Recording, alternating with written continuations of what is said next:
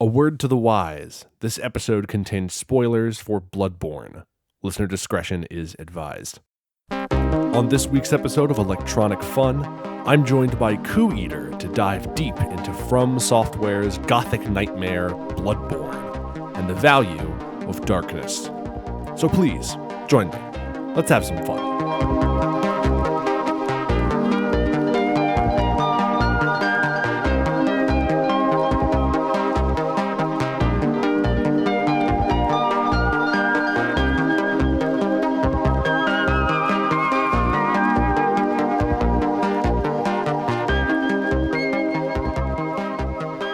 I'm gonna put a big image of Bloodborne in front of me so that I'm constantly thinking Bloodborne. Hold on, let me find like a picture of Ludwig or something. Here, let me post the artwork for the episode so you can get. We already have art? Yeah, I made all the art before I even recorded any of the episodes. Okay. Maybe you're not so shabby after all. Maybe you don't suck shit after all. There we go. Hey, okay. Yeah. That's not bad.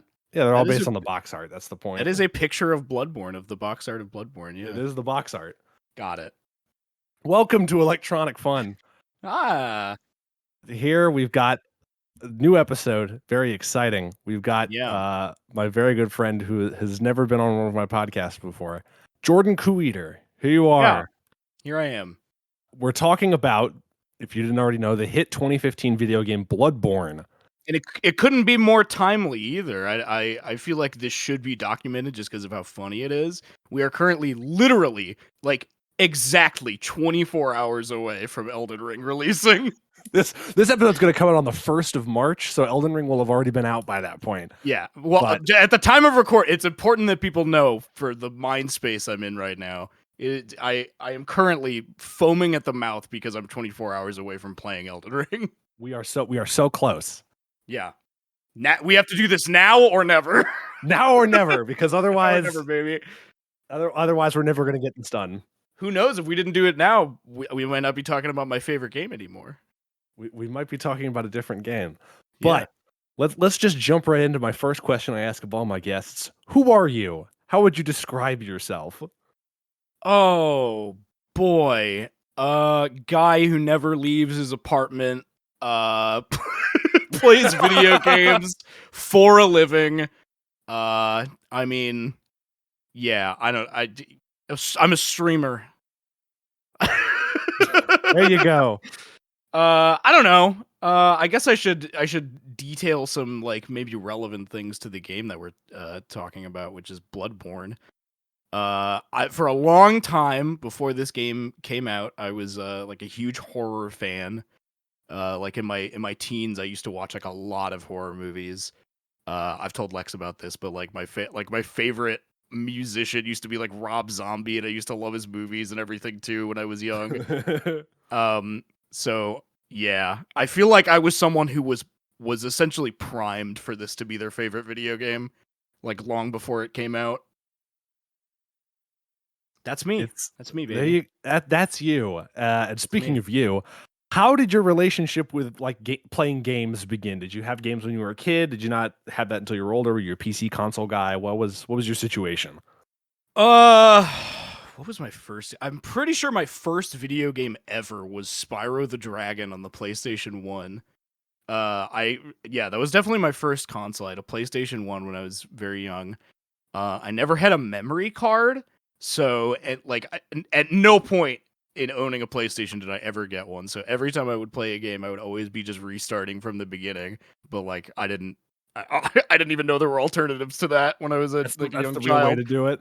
Yeah, so I would play the first couple levels of Spyro the Dragon like over and over again. And then as I got older, I got a PlayStation 2, I got like a GameCube and a Game Boy Advance, that kind of stuff. So that was my early upbringing. I never had like an N64 or anything like that, so it's probably why I'm a big Sony head now. I've always known you to be a big Sony head. I'm a Sony enjoyer. I like their shapes. Can I be honest? I I'm a really big. like their shapes. They're good shapes. I was Great an shape. Xbox kid growing up, but I eventually became Sony pilled, and the first thing I bought was a PS4 with a copy of Bloodborne, Yeah. and And then I then you didn't didn't play it for play it years until like really recently. until like about a week ago, No, it's or been like a few weeks at least, right? 2 or 3 weeks probably. Yeah, because the last like few weeks, me and Lex have been like, because he's been playing it. We've like had to avoid talking about this so we could save it for the For podcast. the podcast, for the Because pod. every time you bring something up, I like want to respond, and I'm like, ugh, when are we gonna record this thing? We got to save it for the pod. The pod. And speaking of Bloodborne, what is Bloodborne? Give us the lowdown on this game and maybe a bit of the plot as well. Oh man, Bloodborne is a video game by what was then known as the Dark Souls guys, from Software, where it starts out as kind of like a what's his name, like Bram Stoker kind of Dracula werewolves kind of shit, just like general gothic horror. And it's a character action game. It's obviously it plays very similarly to Dark Souls. And as the story continues, a lot of shit is unfolded to the player, I guess you could say. Um, yeah, and it becomes a whole nother kind of journey. Like by the time you get to the end, it's like almost a completely different like kind of game than it was at the very beginning, like thematically and aesthetically, and all the shit that's going on in the story. It's Yeah, pretty crazy. we're gonna get into that. I'm gonna put a spoiler tag at the beginning of the episode so everyone knows it's free range here. Oh yeah, Uh, yeah, of course. this game dives a lot into cosmic horror shit, We're but gonna build into it though. Obviously, we're gonna build into it. We're gonna get there. just I like got the more game questions, does. just Yeah. like the game. What was your first experience with this game? Where were you in your life at that time? In 2015, March of 2015, when this game released, I literally like I remember it vividly the first time I I ever remember saw it like it was yesterday. Not even a joke. It was like a love at first sight type situation. Not even fucking kidding. It was in 2015. I was in community college, and I was in the library, and I was probably like checking Twitter or whatever. I was checking the socials, and everyone was talking about this new game that came out called Bloodborne, which is like the coolest fucking title for anything I've ever heard at that point. So I like obviously I've got to look into this, right? I've got to check out whatever the fuck Bloodborne is. I open up twitch.tv, which is obviously, it's a huge thing now, but it was just kind of like picking up a lot of traction at the time because this was 2015. I'm pretty sure this was the year after Twitch Plays Pokemon was a thing. Yeah, I remember that. Which I watched in my like senior year of high school. I watched all of that, and then the next year I'm in college, like fucking watching this. I open up someone's stream of Bloodborne, and as I'm watching, it's like literally right as they're getting to the first boss of the game, the first required boss, which is Father Gascoigne. And I am like enamored with what I'm looking at. Like it's not even in great quality. Like obviously it was a 2015 Twitch stream. It was like it didn't look the best. But I'm like listening to this music that's playing, and it's like beautiful, and this game is all dark and there's like blood everywhere. It's like, you know how blood looks in Bloodborne. It's like shiny on it's on their clothes. It's got this sheen to it. Yeah, it's like an oil slick almost. Yeah, it's such a wet video game. Um and they get to the point in the fight when it gets to phase 2 and Gascoigne like transforms into a fucking like werewolf beast, and I'm instantly like, whoa, this is the coolest fucking thing I've ever seen. The music picks up, it goes and I'm like, I'm hyped as shit for this video game. I would not end up playing it for quite a while after this. I my relationship with this game was like mostly from a viewer standpoint for like a couple years. I ended up watching some shitheads on YouTube play it. And then I wouldn't end up playing the game until probably like 2017. Or no, it was 2016 when I got a PS4 when I was in Washington. Yeah, because this game is still a PS4 exclusive. It's not on any other platforms. To this day, brother, it's been 7 to years. this day. 7 years. They're just like, hey, let's not put this on PC. Just for funsies. Fuck, dude. Maybe someday. Maybe Maybe- we'll. Dear Magic Conch, will I ever get the Bloodborne PC release? Maybe someday. Maybe someday.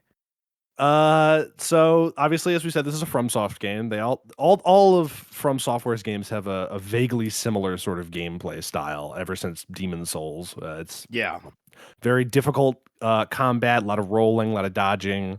Bloodborne makes some changes, but we'll get into that later. So I guess very what was important ones.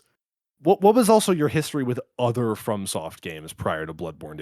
Had you played any of them, or was Bloodborne before your first? Bloodborne? Pretty much non-existent. When I got a PS4 when I was in 2016, and I finally got to play Bloodborne. I don't think I played all of it, but I played like a little bit of it. And then I had a back injury while I was in Washington. I hurt myself at work, and I was like laid out for like a few weeks. And like once I was able to finally like get up and like sit up straight in my like computer chair, Dark Souls 3 had literally just come out. This was right when Dark Souls 3 came out in, I don't know, like summer of 2016. I don't remember the exact like time of the year it came out. But I tried playing it. I didn't really get it. Like you'll find a common theme in me explaining like my relationship with Bloodborne, where it was like a slow, like I just began appreciating this shit like more and more as time went on. Yeah. I didn't really get Dark Souls for a while. Probably not until after I like got deep into Bloodborne and like beat the whole thing, which wouldn't happen until like 2017 when I came back from Washington, moved back to Michigan. I feel like that's a pretty common thing that people have. It's kind of, I don't want to say it's them fighting the game, but it's FromSoft games almost like take a while to grow on you. Absolutely, yeah. I feel like that's a very common thing for a lot of people. Like you don't like you stick with it until it like makes sense, until it like clicks in your brain, and then suddenly it's like, oh, this is the greatest thing ever, actually. Yeah, not to get too far from you and your experience. As I said, bought this game in 2018 with money I got from graduating high school when I got a PS4. I got it for Spider-Man, but I'm like, I'll get Bloodborne just to see what it is. And I played it for like 10 minutes. And I got to the Cleric Beast, which is the first boss that you encounter, but it's technically optional. You can skip it's the first boss you can encounter. Yes. Yeah. And I had, years of hearing, the classic stuff about Dark Souls where it's like, prepare to die and get good and all this, the classic all this fucking memes. hogwash. all this hogwash about FromSoft games. And I got to the Cleric Beast, and I think I had the blunderbuss and the whip cane because I liked the idea of a whip cane. I like the taste. I like the taste. And I got to him, and he kicked my ass, and I'm like, you know what? I'm not going to play this game. And then I didn't play it for like 4 years until I started playing it for this podcast. Yeah, I think I can absolutely say this is the common experience with these games. They certainly grow on you. So now that we talked about the other FromSoft games, what is it about Bloodborne specifically that stands out to you among the rest of them? Oh man, is it trite for me to just say the feel? No, it's the honest answer, and that's what I want. Yeah, I mean, obviously I can get more into it than that, but I don't know, man. This game makes me feel some kind of way, bro. You're gonna make me act up. Sometimes the side chick ain't even a side chick. It's Bloodborne, bro. The 2015 hit video game. Yeah, fuck. I don't know. I was enamored with this game, like in the same way that some of the characters in the story are like obsessed with whatever they're doing, finding out like this eldritch truth in the universe and like, frenzying over the information. That's how I like felt about this game for a long time. It just like, it felt like this treasure box that was like just full of shit that like nobody, like there's so much in this game that you would never notice your first time around. Like it's absolutely one of those games that is at like hugely improved by subsequent playthroughs, or maybe not improved, but like there's a lot It's more to enhanced. You get. get a lot. Yeah. You understand a lot more. Like there's like layers to enjoying this game. Like your first playthrough is only the first layer, you know?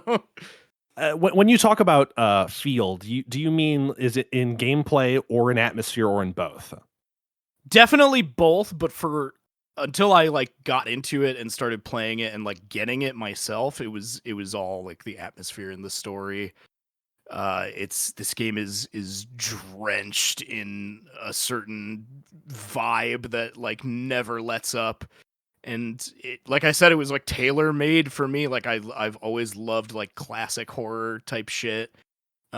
This game, you know, you start out and there's like fucking werewolves and shit, and like there's even like a sort of semi vampire type thing in a certain area. And I when I was younger, I used to be like super into like what are some examples like Underworld. Like I used to love the Underworld movies when I was a kid because they had like these awesome fucking lycanthrope dudes that would just transform into like hideous werewolf beasts. I feel like there's a very large overlap between people who were into Underworld and into Bloodborne. I feel like that Venn diagram is like a perfect circle. Like it's just complete Absolutely. overlap. Absolutely. Complete market saturation. So to jump off from that, unless you had something else to say, Nah, not really. Go ahead. uh, how do you what do you think about Yharnam as a game world? What sort of about it draws you in other than just those gothic elements?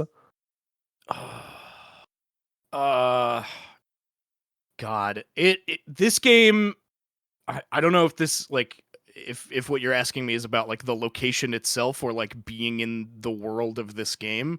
Either one. Um this game is like everyone is doing awful. Like things are like the worst they could possibly get. Like everyone in this game is about like suffering, it's about like despair.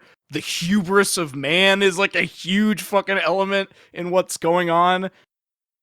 And like for more reasons than just this, like this game has been something I've gone back to when I like feel fucking terrible about my life. Like what I was saying when I moved back to Michigan while I was in Washington. I mean, I met you while I was in Washington, and you This is know how true. things were after that. I was in like a Yes. terrible, like I felt the worst I've ever felt in my life, because of the conditions that I was going through at the time. I was living with my grandparents, and I was literally playing like Bloodborne in my grandparents' basement while fucking like the most depressed I've ever been in my life. And I watched some videos about Bloodborne, and I like got super into it and just played it for a few days, and like oh, it meant so much to me. The like escape, like I don't. Let me know if this makes sense.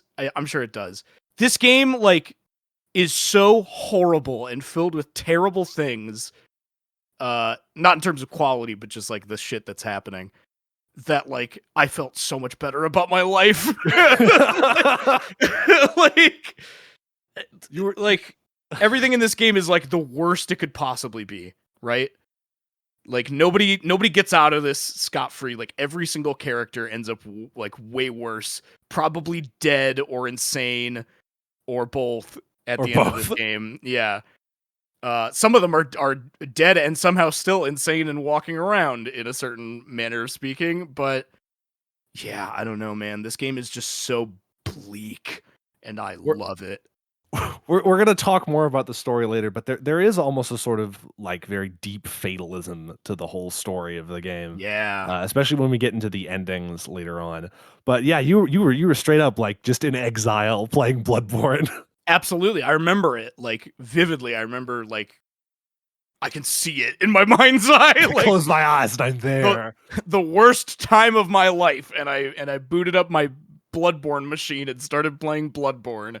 And ever since then it's been like the kind of game that I mean these days I go back to it like pretty often cuz I'm like streaming it every so often just for fun. But it's definitely been a like the game that I go back to in like my worst times, and it helps. I always feel better after I play this game. The healing power of Bloodborne. Yeah. If nobody got me, I know Bloodborne got me. Can I get an amen? Oh, amen. I mean, also this game, like in a in a weird sort of way, it also feels like you feel very seen, like by this game. Like as someone who is like, not to be edgy or dramatic here, like as someone who has always kind of seen the world as like this hellish place where everything bad is happening all the time. Um, this game kind of just feels like that. It feels like someone else like also sees it that way, and they made a game about it. Yeah, it's really interesting that all these characters, there aren't a whole lot of NPCs in the world that aren't trying to kill you. Yeah. But the ones that makes the ones that are there very very special in that they're also in this terrible situation that you're Oh, in. Chapel Dweller, my beloved, the only Chapel nice Dweller, NPC in the whole game. Eileen the Crow. Well, I mean, Eileen will go fucking crazy and try to kill you later, so I don't really count Eileen. If you don't kick that one guy's Yeah. ass, Heinrich I think is his name. Well, she dies Uh, anyway if you do that. oh, she doesn't, or maybe she leaves. Who knows? But before we get into more story stuff, I want to talk about the mechanics of the game. Yeah.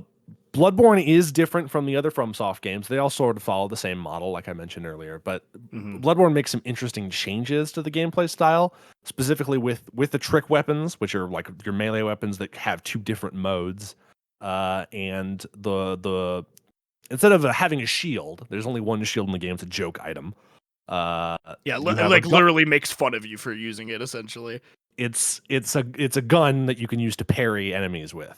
So, what are your thoughts on this sort of unique combat style, especially compared to other Souls games? How do they sort of It's change the awesome. pace of play? It's Stop. great. Stop speaking. It's awesome. Oh man, I'm not saying anything that hasn't been said like 1,000 times before, specifically by H Bomber Guy, whose video I just rewatched before we recorded this. To be honest, it was this video. Originally, when we were going to do this podcast, I was like, I'll probably just like watch a YouTube video or something. And then I watched Yeah. the H Bomber Guy video, and I'm like, I should play this game. Yeah, right? It I will really put a puts link it in the description so perspective. people can watch that. There's a few videos I want to mention throughout this that I feel go like ahead, I'll people link should them. watch. Another one that I love a lot, which is like maybe the video that made me see this game in like a different light and made me appreciate it like way more. Somehow, even though I already really, really liked it, is a video by a YouTube channel called Soul Porpoise.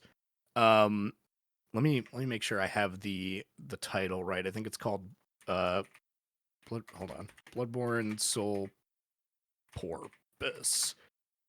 It's called OTH, How Bloodborne Transforms the Myth. And it's all about like how like Dark Souls is essentially like a very like archetypical like hero's journey type game. And it follows a lot of the same tropes as like the traditional myth, and how Bloodborne is like it inverts all of that. Like everything that you expect to come out of that is like the opposite in Bloodborne. So like thematically, it couldn't be more like antithetical to something like Dark Souls. And that video like changed the way I looked at this game. I was like, I officially shifted from this game is really cool to this game is a fucking masterpiece as soon as I watched that video.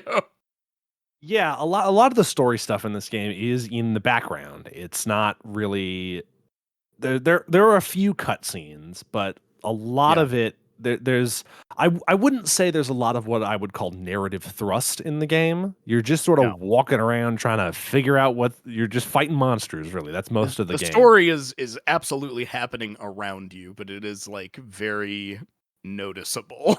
More so than I would say for like a Dark Souls game. Yeah, it's not happening to you or you're not acting on the story most of the time. Yeah. It's mostly a lot of stuff in the background. But before I have a question about that, but we'll save that for later. Yeah. Let's talk about the bosses. There are a Oh lot of boy. bosses. It's basically they're the big draw of a lot of these FromSoft games. Yeah. And I guess my question, I have kind of a weirdly worded question. It's how do you feel about the boss design of this game? But the second part of it, I feel like a lot of the bosses exist not just to have a big thing that you fight, uh, but more in the way that they all teach you something about how to play the game. Yeah, Uh, I would agree with do you that. have any sort of comments on that? Yeah, fuck Vacuous Rom. It's the worst boss in the whole fucking Rom the game. vacuous spider. Rom the vacuous goddamn spider. Fuck you. Personal negative shout out to Rom. No, I totally fucking agree in that like 90% of the bosses in this game are like they all have something different about them that makes you have to like fight them in a different way. Like just as an example, like the cleric beast is like your introduction to like fighting a big boss, which is if you've played any like other FromSoft games, you know that like fighting like extra large fucking chunky bosses, they're kind of all similar in that you have to like approach them a certain way, like you like stick to their ass and watch out for their like huge sweeping strikes and all that. um you just have to like you have to pace yourself a different way than if you were fighting something like Gascoigne. um and then Gascoigne himself is like the skill check. Like Yeah. you get to Gascoigne and it's like if you're not already playing the way that the game wants you to, and you just like got here somehow without doing that, which you totally can. It's completely feasible that you just got Yeah, there by like if you skipped the cleric beast or ran past a bunch of enemies. yeah, like if you just barely squeezed by the whole time and you get to Gascoigne, it's like, sorry, bud, like you're gonna have to learn how to fucking do this shit right now or you're not getting past this. Because he's like super unforgiving and it's kind of like fighting someone on like equal footing, which is like often the best kinds of boss fights. Um and yeah, like there's you get to like the Shadows of Yharnam later, and that teaches you how to like fight multiple enemies at once, which might be something you've already been working on if you've been like fighting a bunch of enemies at once in the overworld. Um, I don't know why I called it the overworld. That's not really how this game works. The overworld. And that requires like a whole different kind of skill, and then you get to Vacuous Rom and you just bash your head against it until you win, and that's pretty much it. Um, Yeah, you dodge fucking giant ranged magic attacks and kill spiders for 2 hours. yeah. Rom, I feel like Rom for me, I didn't have as much trouble with Rom as I think you have. Did you have fun though? I wouldn't say I had fun. But I mean, if you want some hot gamer tips on how to beat Rom the vacuous spider, you just kill all the spiders in his first phase when he doesn't attack you, and then you can get a bunch of meat shots in on him early, and then just ignore the spiders after that. You just run around. Yeah, that's how most people do it, but it's also like I don't want to fight these spiders. I don't want to have to like spend 5 minutes clearing out this like wave of 20 spiders and then potentially do it again if you have too much trouble like just going ham in the second phase. Yeah, it's certainly they all do their own sort of different things, and sometimes that works to good effect, and sometimes it doesn't. Yeah. Speaking of bosses, who's your favorite boss in the game? Well, I have two answers to this. My favorite boss, like presentation wise, thematically, and obviously the music is Ludwig from the Old Hunters DLC, which is the best part of the whole game, by the way. I have I questions feel about Old this Hunters later. this is a common thing with FromSoft games. I feel like is that like the DLC they release after the game came out is like often the best part of the game because it's just they're just building upon what they already did and Oh yeah, very successfully. Ludwig is definitely like my favorite boss to think about. My favorite boss to fight is the one that comes a little bit after that, which is Maria of the Astral Clock Tower. she's really great. Yeah, God, I have It's so like you many said. nice things to say about that fight. It's like you said. It's one of those boss fights where the boss feels like it almost has equal ground with you. Yeah. Maria has a similar move set to you. Mm. And you know it feels almost like an old timey duel. It's just this nice big open space. There's not a lot of weird things like in the Gascoigne fight where there's all these obstacles in the way, like the headstones. It's just a nice flat plane for the two of you to duke it out on. Yeah. I really really like that boss. It's one of my favorites. I think my favorite is probably the one that gave me the most trouble, which is Martyr Logarius. Really? That's an interesting Because choice. because I've always been a fan of wizards. Love a good wizard. He is And definitely a wizard. Martyr Logarius is a giant emaciated wizard who lives on top of a frozen Dracula castle. He's the king wizard, you could say. He's the king wizard, and he fights you with magic that kills you instantly. It's a bunch of bullshit. It is a bunch of bullshit. But there was something about it. I loved chipping away and learning something new every time I fought him until eventually I kicked his ass and I stole his crown and I wore it for the rest of the game. That's the thing about these games is like I was gonna mention that about Maria is like I did a stream I think like a year and a half or 2 years ago because I had never actually played Old Hunters myself, and that was like my first time doing it. Or maybe I just didn't beat it. I can't remember because I never beat Maria before, and on the stream I spent like 2 hours fighting her, and by the time I got to the point where I actually beat her, it was like a flawless run. Like I parried her every single time. It was like you would think I had gone fucking Super Saiyan all of a sudden. It was awesome. It was I've seen clips of that. It's a lot of fun. Yeah. That's just such a great boss fight. We kind of already touched on this when we were talking about Rom. Do you have a least favorite boss? Let me think about that. Yeah, it's Rom the Vacuous Spider, It's probably. Rom the Vacuous Spider.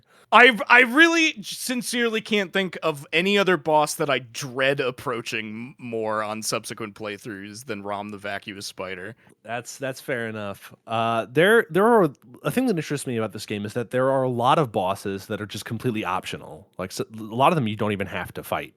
Yeah. They're kind of tucked off in side corners of the map. But there's only let me be clear too. The only reason I hate Rom the Vacuous Spider with such like fervent passion is because it's a required boss. It's critical path. You have to fight Rom. Once you beat Rom, the switch flips and the game goes into overdrive. My rage would not be like nearly as palpable if it was an optional boss. That's why I'm happy that my least favorite boss, which is Lawrence the First Vicar, is an optional one. So I'm just like, really? I don't have to fight you. I don't want to fight you. Can you explain to me why you don't like Lawrence so much? Something about it vaguely. It's a DLC boss. He's like the optional boss of the Old Hunters. Yeah. Something about it just immediately from a design point perspective that he's just an on fire version of the cleric beast feels kind of lazy to me. But also at the same time, I just for some reason I started playing. The first time I played through this game, I didn't have the DLC because I forgot I had like this PlayStation money sitting in my account. I didn't want to buy it. So I started playing begged you to purchase it. Yes, I was like, no way, no goddamn way are you gonna play Bloodborne and not play Old Hunters. Like, I will not stand for this. My sister is also a really big Bloodborne fan, and she also was begging me like, you have to buy Old Hunters. Yeah, dude, you gotta. And I really liked Old Hunters. I liked even the final boss of Old Hunters, the Orphan. His boss fight is really fun. But I got to Lawrence, and I was playing on New Game Plus. And something about it, like just at that point, like it felt like my weapons weren't doing any damage, and he would kill me in like one hit. And I'm like, I don't want to do this. I don't want to spend 2 hours to beat this guy, and then just be like, oh, it's an optional boss, and there's not a whole lot you get from it. What do you think about his second phase when you blow his fucking legs off and he's just fucking crawling around, dripping lava with lava all over the place? I think it's fun and I think it's interesting. Yeah. I like the way that he looks once he gets to that point visually. It moves away from him just being cleric beast but on fire. But yeah, I mean, I should like him in a lot of ways, but at the same time, he just strictly from a mechanical standpoint, he just annoyed me. There's not really a boss that I hated. Yeah, I also agree that the first phase where he's just cleric beast on fire is like a little underwhelming. Because like Lawrence is like a hugely like important character in the lore too. Yeah. But like it wasn't too bad. It's like it's okay. But I think the second phase is like really cool just because It is interesting. with him constantly like seeping lava out of the backside of him, it like again, you have to use like a whole different kind of like awareness and skill than you would on any other boss to fight this guy, because like anywhere you lead him, there's gonna be lava there for like 30 seconds. So you gotta be careful about like your positioning and everything, and I think that's cool. It is, and He's your least favorite boss of just Old Hunters or of all of it? just in general. He was the one where I think because he was the last one I hadn't gotten to, so I was like, I see. I was like exhausted at that point. I'm like, I don't want. Yeah. He's very often like the thing that people go back for, like right before like just ending their playthrough. Yeah, and then that's because at that point on New Game Plus, I was like at him, and I was just like, I don't want to do this, and I just went and fought Gearman, and I'm like, I'm done. Yeah, should be noted, you did also play Old Hunters for the first time on New Game Plus, which is like not what I would. Yeah, that's why I preface that with I played through Old Hunters on New Game Plus, and I'm like, ugh. Yeah, definitely makes it a bit harder. We talked about Rom the Vacuous Spider, and after you kill him, there's a big twist. I don't know if I would call it a twist. The whole fucking world goes to shit. Goes to shit even more than it already has. And you find out about all of the old ones who are basically giant eldritch beasts that hang out and do stuff. Mm-hmm. The amygdala are all there. You can see them on the fucking buildings, just chilling. They don't give a shit about you. You're like an ant to them. And the thing that I've just a really brief aside about the amygdala is that once you go back again in New Game Plus and you have enough insight, I think it's like 40 insight, you can see them from the start of the game. You can just do that in New Game. Yeah. If for whatever like I don't know why you would have this much at the beginning, but yeah, if for whatever reason you have that much insight at that point, you could see them before you kill Rom. Which is God. Can I talk about the insight system and how fucking cool it is? Yeah, my question was about how do you feel about those Eldritch themes? Do you think they should have had that stuff out in the open from the start, or do you prefer the big reveal after Rom? I think it's way cooler that like you just slowly, even from the very beginning, start to feel like something is like wrong and going on here. Like you start up the game, you have like, you know, if you've played a Dark Souls game before, you probably recognize that you have like souls in the top right corner, and they're called blood echoes in this game. But you know what that's for right off the bat. You probably like already assumed what that is. And right under that, there's a stat with an eye as the symbol. And like everyone who doesn't know shit about this game and they just started playing, they like everyone's like, what the fuck is that? Like, but then you just kind of ignore it, whatever, because it just stays at 0 for like a while. Nothing changes it until you approach a boss for the first time, which can be either Cleric Beast or Father Gascoigne. As soon as you see the Cleric Beast, or as soon as you see Father Gascoigne transforming, maybe you didn't notice it immediately while it's happening, but you probably noticed after the fight, if you like died or beat them, the meter went up. The meter went up? You now have a couple points probably in your insight meter. And like, that's genius. Like, that's so fucking good as like a thing to spark the idea of like, what the fuck is going on here? Like, I have to learn more about what's happening, and I have to figure out what this meter is. What does this number mean? And later on, you find more enemies that do frenzy damage to you, and the higher your insight is, the faster your frenzy meter fills. And when your frenzy meter's filled, it like does a shitload of damage to you. Most of the time, it kills you instantly. Yeah, because frenzying is like your character is receiving so much like hurtful information so quickly that your brain can't handle it. So much hurtful information. Like, which is awesome. Like, I love that this game, because as you go on through it, you discover that these people are trying to like the church and, you know, like the school of Mensis and everyone like that. Like, they are all trying to like align themselves with like these alien gods, like they're trying to like unify themselves with them, and everyone is trying to like learn this new information, like, you know, the great truth of the universe and all that, but really all they end up learning is like something they already knew, which is that like we are just a bunch of fucking animals and we don't matter. And that's what's so terrifying about like the vibe and like theme of this game, is that like it's not about like learning new things, it's about like confronting what you already knew, and that's like way more fucking horrifying and Yeah, terrible. it's there's a section later in the game called the Nightmare of Mensis, Yeah. where basically they have some kind of eldritch creature just chained up inside of a building that they use as basically like a watch guard. So if The anybody, brain of Mensis. yes, so It's a like giant brain with eyeballs and hands. like if it sees you, no, even if you first enter the area and you're like a really long ways away, you just see this building off in the distance, then a light comes out of it, and then you gain frenzy damage. Like, what the fuck is going on? Yeah, like the fucked up thing is that it's not, you're not gaining frenzy because it sees you. You're gaining frenzy because you're seeing it, It's like, what the fuck? and that's awesome. God, it's It so is. cool. It's awesome. It's a really great mechanical. It's a really great way of transitioning the sort of insanity stuff that happens in like Lovecraftian cosmic horror fiction into a In our gameplay game, mechanic. insanity plays a large role. Sanity plays a large role. This is the only game where they have done that, and it has been cool as fuck. That or like maybe Eternal Darkness. Yeah, But there's part of a question that you kind of already answered, but I want to go back to it really quick. Do you wish there was more story that was up front? absolutely not.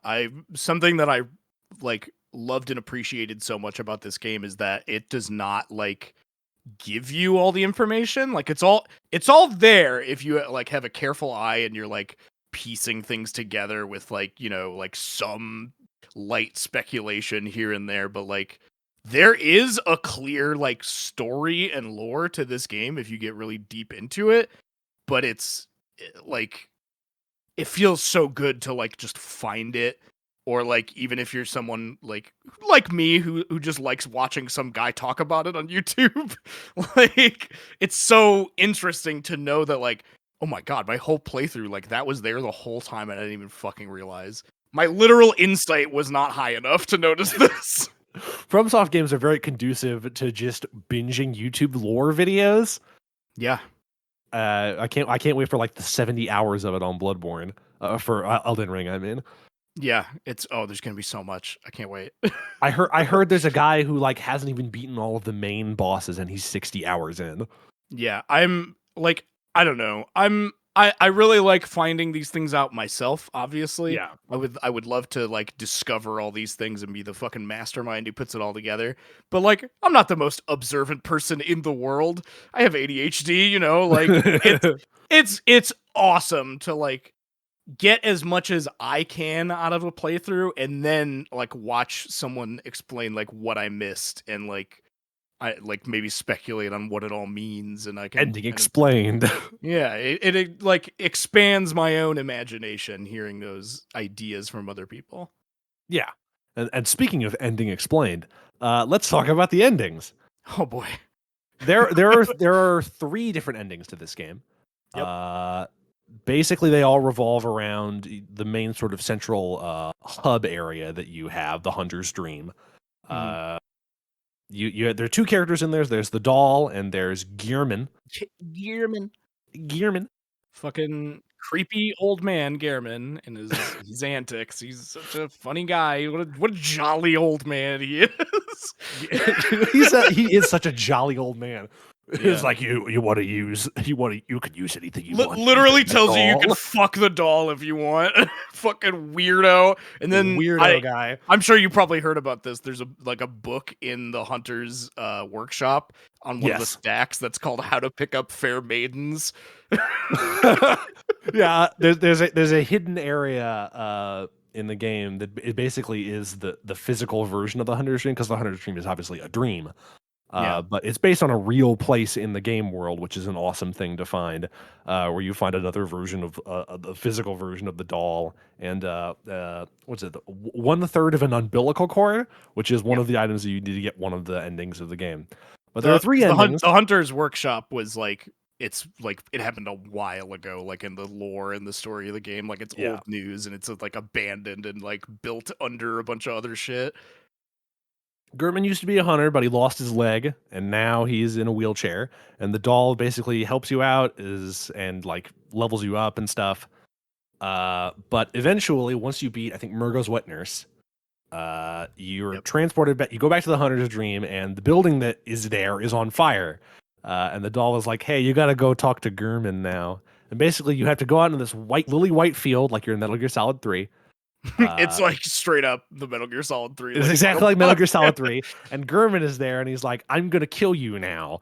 Uh, and so there's three Well, options. he asks you cuz he basically says like I'm going to release you from the dream now since you've like done what needs to be done. And you can either let him do that or you can like stand up to him and be like, "Nah, dude, I'm not letting that happen. Sorry."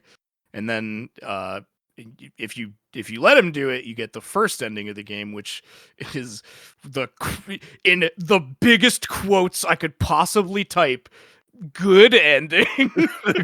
The good and with a question where mark, good. yeah, where you quote wake up from the dream and it, like it's daytime out, which is like not something that has ever happened in the game previously, or you can deny him and then he is a boss fight. One of Sorry. the best boss fights in the game. Just want to be Uh, thorough about this is all. yes, exactly.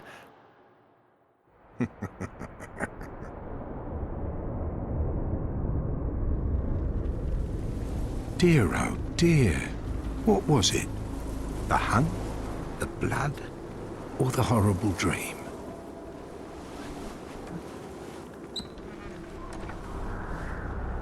Oh, it doesn't matter.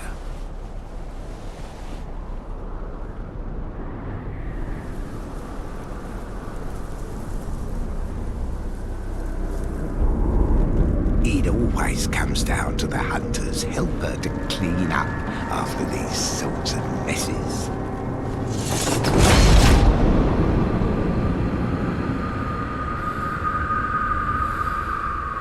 Tonight, Gammon joins the hunt. One of the best boss fights in the game, in my opinion. I love the German fight because, Oh like yeah, Lady it's awesome. Maria, it's a thing of equal footing because He's a hunter. he Yeah. can yeah, he can stun you, he can do visceral attacks on you and kick your ass. Yeah. He can it's really awesome. His fucking scythe transforms. It's a really great fight. One of the coolest weapons in the game, the burial blade that you get from him. Yeah, and if you kill him, you get the first the second ending, which I don't know. I guess that's basically the ending where you replace him in his job, where basically a big Mhm. monster shows up and is like and gives you a big old hug. Big And then yeah, the moon presence, otherwise known as Big Monster, big monster, classic big monster. who is implied to have been like essentially operating the hunter's dream. Like the moon presence is like the whole reason it even exists, essentially. And you get this feeling that Gehrman was like a prisoner inside of it. Yeah, he's Because like a like pawn for the moon presence. previously in the game, like if you just like if Gehrman's asleep in the hunter's dream, which he sometimes is, you can hear him like mumbling about like how he doesn't want to do this anymore, and like he I'm getting wants to too old wake for up. this shit. It's like Danny It ba- Glover, Lethal Weapon. yeah, essentially, Danny Glover and Predator 2 getting too old for this shit. Uh, Moon presence shows up and he calls him pussy face. oh, hello, pussyface. Um, but yeah, it's like it's very like what's the word? It's like tragic. Gehrman is Yeah. like obviously he's a weirdo, but like he's a tragic figure as someone who like didn't want to do this to begin with, and if you were to defeat him in this boss fight and you didn't eat 3 of the 1/3 umbilical cords, which there are 4 of in the game, but you only did 3. It's they're in like little tiny weird corners of the game that you have to go to find these Yeah, things. 2 of them are pretty easy to find, and then the other 2 are like you gotta like really look Yeah. for them. You get one if you beat Murgo's Wet Nurse, and as a way to sort of like, hey, you can find the rest of these, player. Yeah. That one and the one that's in the abandoned workshop are the ones I consider like the easiest to find. Yeah. And if you don't do those, you basically get like swaddled by the moon presence. Gives you a big ol' hug. It uses its fucking like weird red moon beam on you, and you essentially become the new Gehrman. The like you have to be the one who's gonna like host this dream from now on. And Which it's is sort of is also awful. revealed that it's also sort of revealed that the moon presence is the one that chopped Gurman's leg off, because your leg is also chopped off after you get the big ol' hug from the moon presence. Yeah, I mean, it might not be physically gone, but like, yeah, it definitely like put him in that position for sure. I almost as a way of like marking him as like, you're my property now. Yeah. But yeah, you basically become the new Gurman. But if you eat all 3 of those umbilical cords, you get to fight the moon presence, who is actually kind of easier than Gurman, which I think So is it's a funny. super easy fight. It's like like if you know what to do, it's like really easy because I don't think we talked about this yet. There's a mechanic in the game called rallying where Yes. once you get hit for like a few seconds, you have a chance to like get that like at least most of that health back by hitting the enemy. Like it refills that portion of your health that was gone. Which is a great And mechanic, and I'm worried to play other FromSoft games because I know that without it, mechanic is not in those. I'm like, oh yeah. man. Nah, you'll get it. And the moon presence has this move they do where they just shoot like this big flash of red out of their face, and when you get hit by it, it reduces your health to like 1. And if you get hit again, you're dead. But after they do that move, they like just kind of stand still for like 10 straight seconds. So if you just run straight to them and keep hitting them like over and over after they do it, you get like almost all your health back. Yeah, So it's a really great mechanic. yeah, and other than that, it's like really not a hard fight. They do kind of like medium speed to like slowish like sweep attacks, and it's whatever. They're not really that hard. But anyway, if you beat the moon presence, you get an ending where there's a squid on the ground, and the doll's like, "Oh, good hunter," and picks it up and swaddles it, and that's the end of the Yeah, game. the doll immediately becomes like motherly to you, which is pretty sinister in itself. Like it kind of Ooh. implies like maybe the doll like kind of like not is the moon presence, but like was part of the moon presence the whole As an time or agent something of like the that. moon presence, like Gurman Yeah, was. she's very at the very least she's like part of the dream, and you could get into all kind of wild speculation about that. Um, I think there's like an old like write up someone did about the lore of this game that gets like super deep into it. If anyone ever wants to get into that, I think it's called the Pale Blood Hunt or something like that. I'll look it up, and I'll put in the description if I can find it. Yeah, and that like because that came out like really not long after this game came out, and that did like so much for like the lore community. Like those like fucking Vadi video videos like pretty much wouldn't exist without that. Yeah. Highly recommended if you're like a big Bloodborne nut like I am. If you're a Bloodborne head. Yeah. But so we talked about all that time talking about the endings. My question was, and the squid thing, it's basically implied that you turned into like a new old one, essentially. Yeah, I mean it's not even like a like up to interpretation thing. Like you've become an infant great one. You've like shed your humanity entirely to like be the only person who has actually become one of them. And the question I have is, which of the endings do you think works the best, and which do you think is quote unquote canon? I don't think any of them should be considered the ending, to be honest. I think all 3 of them kind of just like convey a very similar message because the first ending, you know, you wake up outside of the dream and it's daytime. it's kind of implied that that's like not real. It implies that you'll just have to do it again when night falls. Yeah, not only would you like just would the hunt just begin again, but also like it feels kind of like you're not actually escaping anything. Like not only are you gonna have to do it again, but like this time you won't even have the dream. So like if you die, you die. And you don't have any memories of what happened, so all the big revelation of the amygdalas Yeah. all over the place, you don't have that anymore. Everything that your character like discovered, like all the things that were shown to you are now essentially gone. You're just like some guy again. Which is, I don't know, that's maybe like the worst one, I would say. Cause like when the game came out, like most people got that ending, obviously, because Gehrman was like, I'm gonna release you now, and everyone was like, oh, okay. Okay, thanks, Cameron. Yeah, most people didn't deny him of it, so that's the ending that most people got when the game came out, and everyone just assumed that was the happy ending, because like it's daytime, like you made it through the night. Oh, it did, right? yeah. Everything's good. No, everything is not good. But then the second ending, which you become the new Gehrman, is also like terrible because now you've just become like part of the cycle. There's no escape from it. And then the third one where you become an infinite great one is like you've just given yourself up to it. Like if you can't beat him, join him, kind of thing. Like You're now his coworker. yeah, you're essentially the new moon presence at that point. Yeah, so it's live in an eternal nightmare, become the new puppet of a god, or become a new god. I love that this game does not give you a happy ending. There's not even an option for it. It's just not going to happen. Happy ending is to not play the game. Yeah, the end, like what that teaches you is that like in this world where like we're insignificant. Like we as humans doesn't mean anything, man. In the grand scheme of things, like we just don't fucking even matter, and like the game isn't gonna give you some conclusion that like goes against that. And I'm so fucking glad they didn't, because like maybe not for FromSoft, but like any other like game developers, like they probably would have included an ending that like completely goes against all the thematic buildup that's been happening throughout this game, and I'm so glad they didn't do that.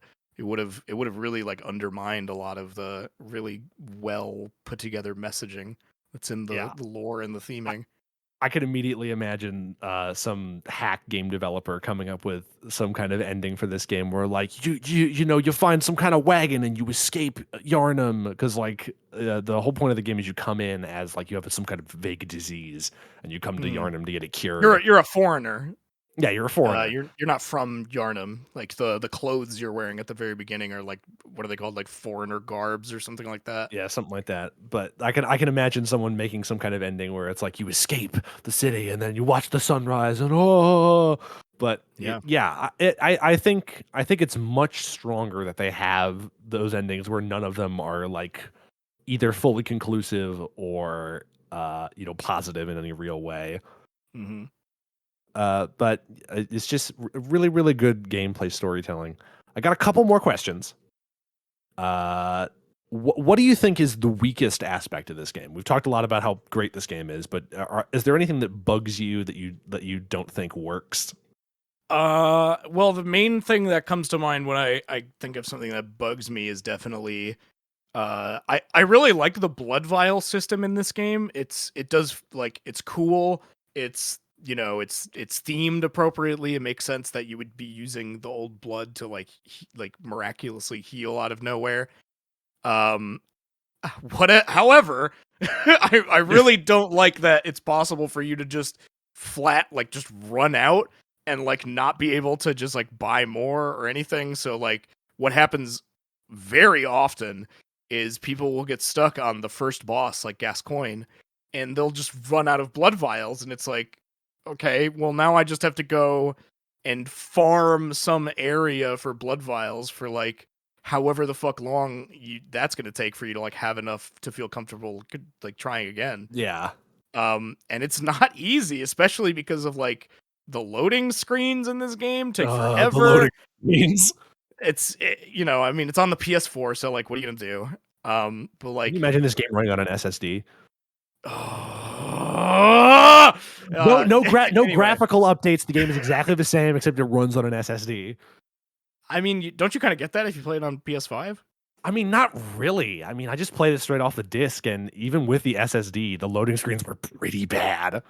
But yeah, it like, because like when you run back to the lamp, you like there's no way to just sit at the lamp and reset the world. You have to go back to the hunter's dream and then come back, or you could use like bold hunter's marks or some shit to like quickly do it.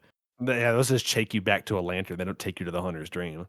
But it's not fun farming in a game like this. Nobody wants to fucking farm healing stuff. I mean, I've heard some arguments for it that it's like thematically appropriate that you would be like going out and doing like senseless killing to get like more blood, but I don't know. It's never.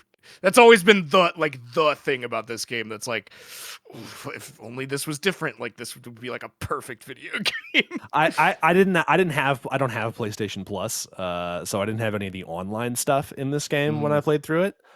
So basically, I have laid waste to the Forbidden Woods so many times because that was my preferred farming spot because I could just run through a long area with a bunch of enemies. Yeah, I've laid waste to that zone.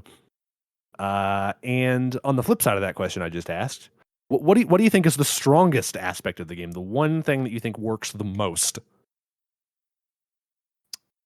Well, definitely the atmosphere. The vibe is like the vibe. The most potent thing about this game is just how it makes you feel. Like the combat is very strong. It's not the best of any like FromSoft game or any like other game, etc. Like I would say I like the combat in Sekiro like considerably more than this game. So yeah, I would say like it's like a character driven game too in like weird ways. Like there's a lot of like stories going on in it. So like the characters, the setting, the plot, the music in this game, God, fuck, the music in this game is immaculate. It's like I've never heard something that makes me like feel more like terrible in a good way. That's the very next question I have. Yeah, the real dreading ass fucking music in this game. Like even just the menu screen music is like it's haunting. You feel like you're about to step into a whole nother kind of world shrouded in mist. Yeah. That's the very next question I have, which is what's your favorite location in the game and your favorite song from the soundtrack? My favorite location. I would say my favorite location because of all the like lore implications and how like decorated and like designed it is probably just the Cathedral Ward. Because like once you get to that point in the game, like you discover how like deep in Yharnam was old blood shit. Like they were literally like worshipping it. Like we could make a religion out of this kind of shit. Yeah, it's really interesting when you find out that's like really the Cathedral Ward's your first inkling that this is like Yharnam is a weird ass place. Especially when you get to like the boss of the Cathedral Ward, Vicar Amelia, like it's never been more clear that these people are just like freaks. Doing Catholicism with like aliens essentially. And it's God, it's so cool. Like she's what literally if Jesus was an alien? She's imbibing the fucking blood. She's got like her left hand over her right with the fucking she's got a blood gem in her hand that you get like you don't know it's a blood gem yet until you beat her and you get it. And she's like she's imbibing that shit and she like shoots wings of blood out of her back. Like you can see the shadow of it as she's transforming it, like, you know, angel type shit. And she transforms into a beast. And it's God, just this area, like it really puts it in perspective, like what's going on here and like why, like how did we get to this point? Oh, it was because of Catholicism. Of course, it was because of religion. Yeah. It's just a very cool area. I like it a lot. It's got a lot of very insightful stuff. My favorite location is probably Castle Canehurst, because You really like that shit, huh? You went it, full like Castlevania on this, huh? straight up, because you play through this game and it's very gothic, very dark, very a lot inspired by obviously London around the turn of the 18th, 19th century. Yep. And you're like, okay, yeah, I get this game, I get the vibe, I know what's going on, and then you get a letter summoning you to Castle Canehurst. I'm like, what the fuck is this? And you have to go to this random location in this area of the game that you don't really go to all that often. By the way, I just want to say I was like really surprised you found that on your first playthrough. Yeah, it's a hell of a surprise when you go to that location and then this carriage shows up. And then you get into it and you ride it, and I'm like, what the fuck is going on? It's an unmanned carriage, by the way. An unmanned carriage, and you get out, and then you're suddenly in this like wintry vampire Dracula castle. I'm like, what the fuck? It's like not a super long area, but just the idea that there's a whole little entire side world with all these this really interesting character, Lady Canehurst. You can totally miss it. You can totally miss easily. it. My favorite boss in the game, one of the most interesting areas, just you could completely miss it, and you could just the idea of that sort of the mystery of that within the game, that it's kind of it doesn't really have any. It makes me think of a moment in this is an entirely different game that has nothing to do with Bloodborne, but in the original Metro 2033, there is a scene pretty early on where you meet up with I don't remember his name. He's basically a guy who lives in the Metro and is a guide that will take you to the next area. But the way that it frames that decision, it almost makes me feel, it made me feel like when I played this game when I was like 13, I thought that it was one of two options. Like you could have gone off on like some sort of a completely other way to get to the area you needed to go to. And because I like chose to go with this guy, I could have done something completely differently. Obviously that's not true. The game is linear. You have the choices, you have to go with that guy. Yeah. But just the idea of having a whole separate section of the game, a whole separate side of the story. The presentation of it as a choice framed it a certain way. Yeah, and I've basically been chasing that high for so long of having trying to have that mystery in a game world. For a game I never even finished the original Metro 2033. But it reminded me a lot of that. What's your favorite song from the soundtrack? I don't know if I don't remember if it has a specific name, but just Ludwig's theme, obviously, especially when it kicks into second phase.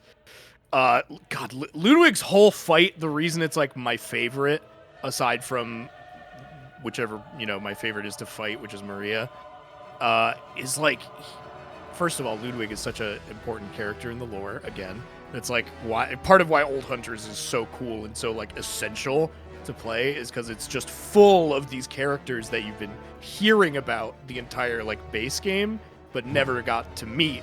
And he's like this heroic, tragic figure who used to be like the best hunter of the church, and he has just like become like the most grotesque beast you've ever seen in your life.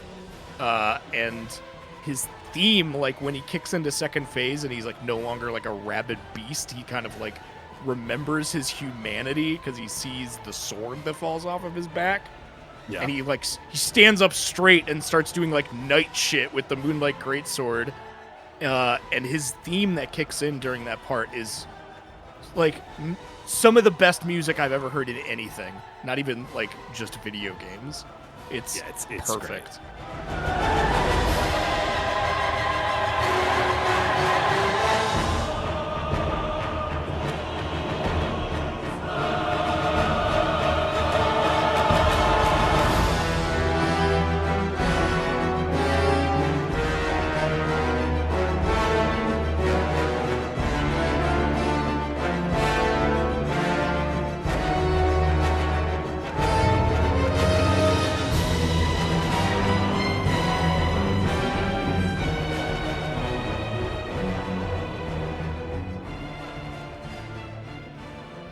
You hear about Ludwig throughout the game. Like the weapon that I chose to use for most of my run was Ludwig's Holy Blade, which is named after him.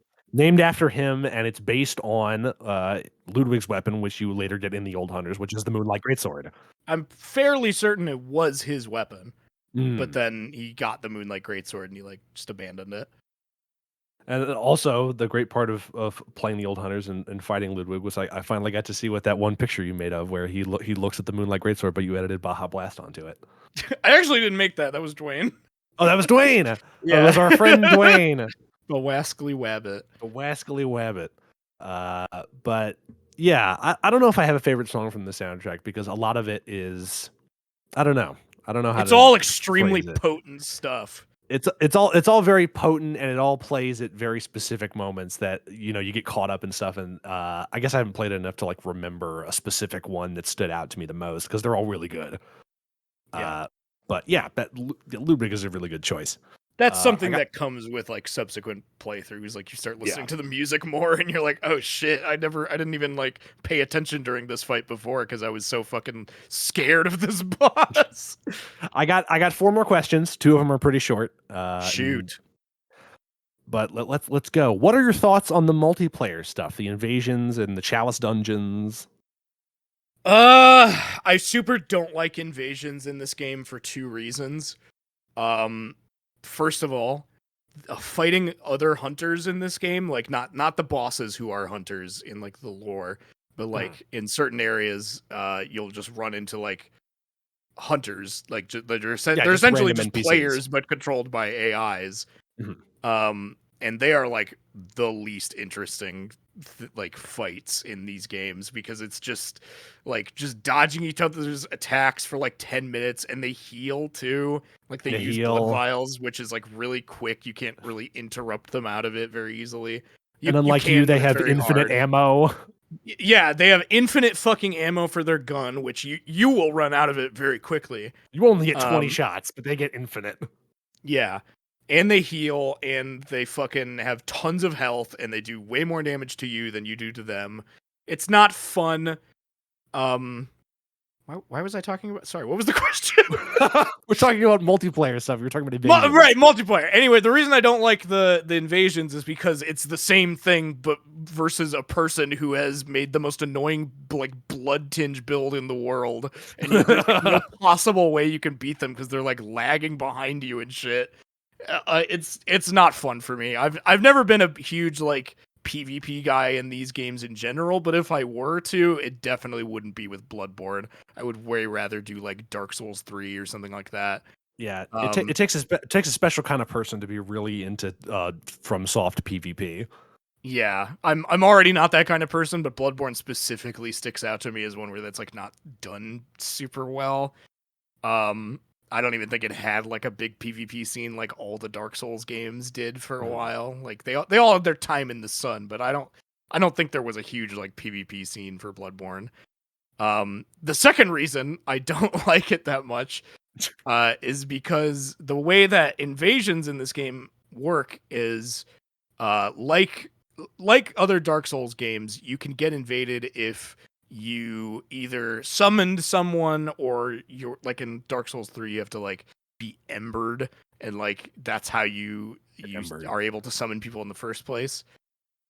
In this game, you summon someone, you are open to be invaded, except for one area in the game, which is the Hunters. What is it called? The Nightmare Frontier. The Nightmare Frontier specifically.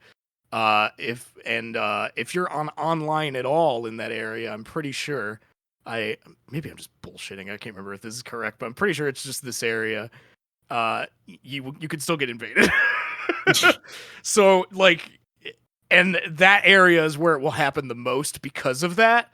So it's an optional area in the game. You don't have to go there, but like I do like going there because you fight Amygdala there. It's one of the cooler bosses. Yeah, Nightmare Frontier is a really interesting area. It's super cool. There's all the like freaky squid beasts that live there and stuff like that. You mean our old friend Patches the Spider? Yeah, it's also an early place where you can see a winter lantern before you will in like Nightmare of Mensis later. Yes. Yeah, I don't know. I don't like PvP in this game. I super don't like getting invaded. It's dreadful. Yeah, I like I said, I didn't play this game online because I don't have PlayStation Plus, so I couldn't play in online mode. But just hearing you talk about it, because you've talked about it also before on like when you streamed this game. Glad I didn't do that. It's frustrating. Yeah, It I wouldn't is. recommend it. Uh, You can. I should note that there is a way in Bloodborne that where you can like make it sure that doesn't happen, that you can't do in other games, which is when you go into the area and if you're able to be invaded, there will be a bell ringing NPC somewhere in the level. They're usually pretty hidden though. But you can find them and you can kill them, and then once you kill them, they're gone forever, and you can't be invaded in that area anymore. So there is that. I do really appreciate that they gave you that option, but like until you find them or until you even get to them, because even if you know where they are, they're often like difficult to reach or they're like surrounded by other enemies or some shit. because there's not a You lot of just kinda, ranged weapons in this game outside of the guns, and you can't like aim them like you can with like bows or something in the Dark Souls games. yeah, and unless you're doing a blood tinge build, which is like for very unique If you're a little weapons, freak and you use a blood tinge build. yeah, unless you have that going on, the guns are pretty much for nothing but parrying. Like they don't do like any damage until you like upgrade them and do blood tinge shit. Yeah. So yeah. All right. I got 3 more questions. One of them is kind of silly at the end. Let's go, baby. What would be your pitch to people who are hesitant to get into FromSoft games? These games notoriously have a very tight-knit community that have a very certain specific way of trying to quote unquote get people into the game or help them quote unquote. I think a majority of FromSoft fans are like complete shitheads who don't want people to get into the game for some fucking weird reason. Out of a weird sense of like just like I'm the cool guy who plays all the Dark Souls games. It's mostly the people who got in early and have been playing since Dark Souls 1 who are like really like this. And I hate it. I hate that kind of attitude where it's like like it's kind of like fucking it's like crypto bros and like how they got in early and they're like, oh, I'm fucking better than you. Like like I'm first of all, I'm not doing crypto, but like it's just a similar sense of like Entitlement. It's like I don't know. Yeah, it's entitlement, I guess. But what would be your sort of pitch to people who are maybe interested in the game, like watching people who like to say watch people stream it on Twitch or something, but like they're scared of having to like get into super deep combat that'll kick your ass. What would be your sort of pitch to be like, hey, you should play this game? Oh man. I don't know. I don't often like recommend these games to people because I feel like you have to be in such a like especially if you don't play hard like quote unquote hard games already, like if you're someone who shies away from like challenging character action type stuff already, I don't know if I could recommend it, to be honest. Like it's That's fair. I do feel like someone could definitely be converted like I was, because before I played this game and before I like beat it, I really didn't play much like difficult stuff. Like after that point was when I started like getting more into it. Like I started playing like some fighting games. I play like other character action games, the rest of the FromSoft like Dark Souls games and stuff like that. Before that I really didn't have much interest, so it's hard to recommend it to someone who's not already into it, but I would say that this game, out of all of them, FromSoft and like, you know, the wider circle around it, like maybe just like similar playing games, I would say this game out of all of them teaches you the best way how to play it, like how not only to how to have fun with it, but also like how to be effective and how to get good, as they say. Get good. Yeah. I just give it a shot. I mean, Give it a shot. That's all I can like. I really can't say anything more than that. It's just like stick with it, and I hope it works out. And I'll see you on the other side, brother. Don't pick the cane whip on your first playthrough. Don't pick the threaded cane on your first playthrough. That's huge advice. Number one. Don't do that. But yeah, I mean, for me, I had the game for a long time and never played it, and obviously you talked about it all the time. But Yeah, like I never tried to pitch it to you because like no, I always just knew like, well, Lex doesn't really like play games like that. you have to let the game come to you in a way. Yeah, for sure. You have to, yeah, just watch a couple, like watch that H Bomber guy video or some other stuff that I'll probably put in the link in the description. Uh, sort of like I said, let the game come to you, and work through it, and you'll be able to figure out, and then you'll be able to enjoy it like Jordan and I do.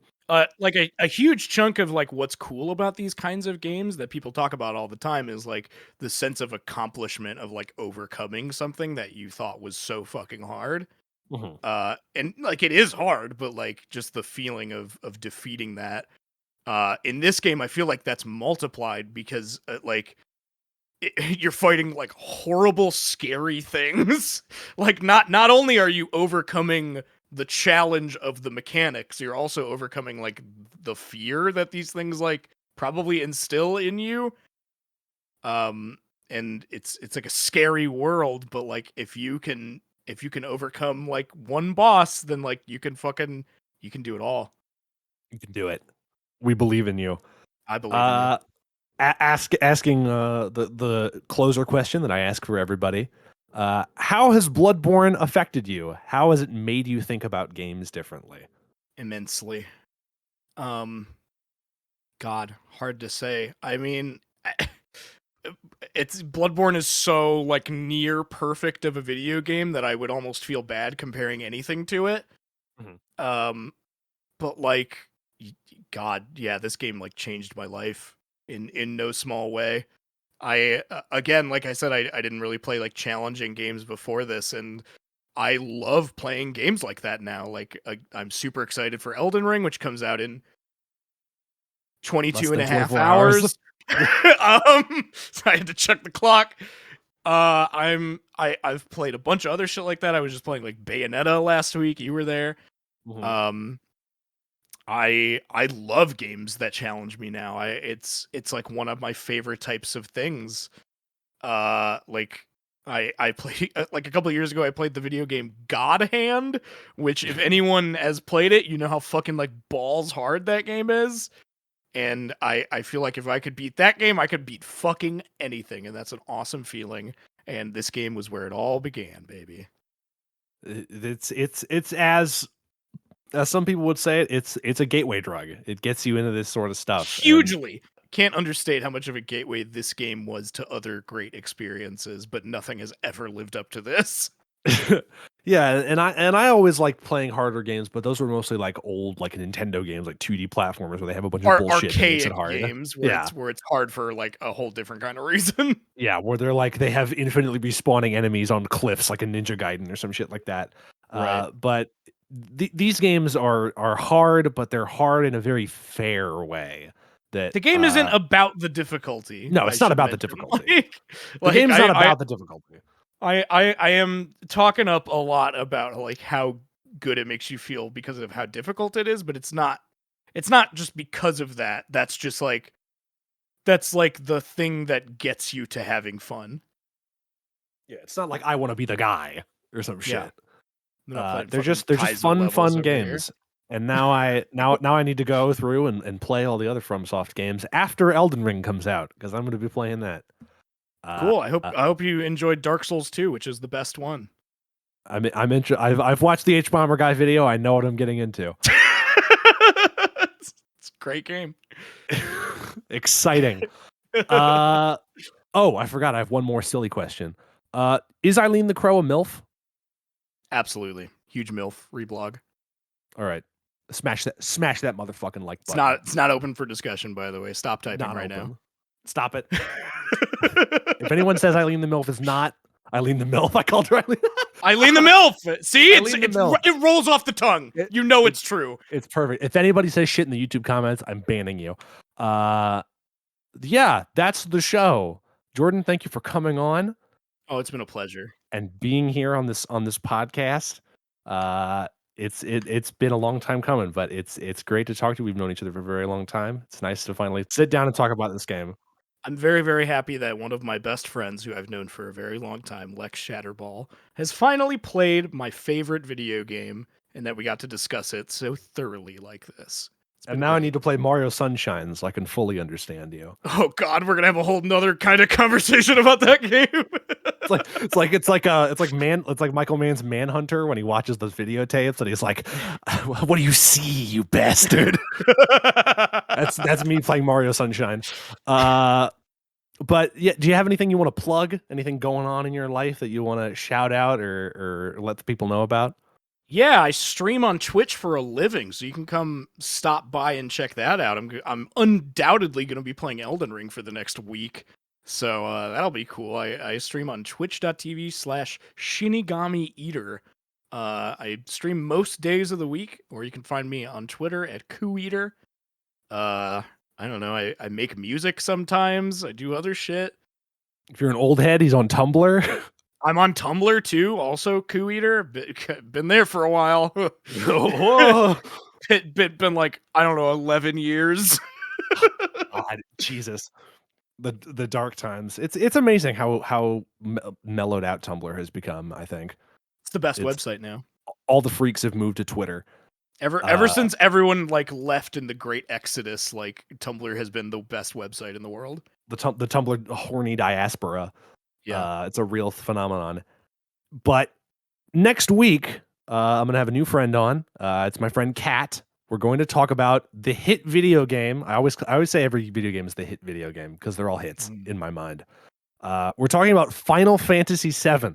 This is also a game I love a lot, and I'm very excited to hear what you think about it. It's going to be fun. We're going to talk about everyone's favorite character, Barrett Wallace. Oh, yeah. Best character in the world. Best character in the world, Barrett Wallace. But yeah, I'll see you guys next time. Stay responsible. Oh, bye-bye. Bye.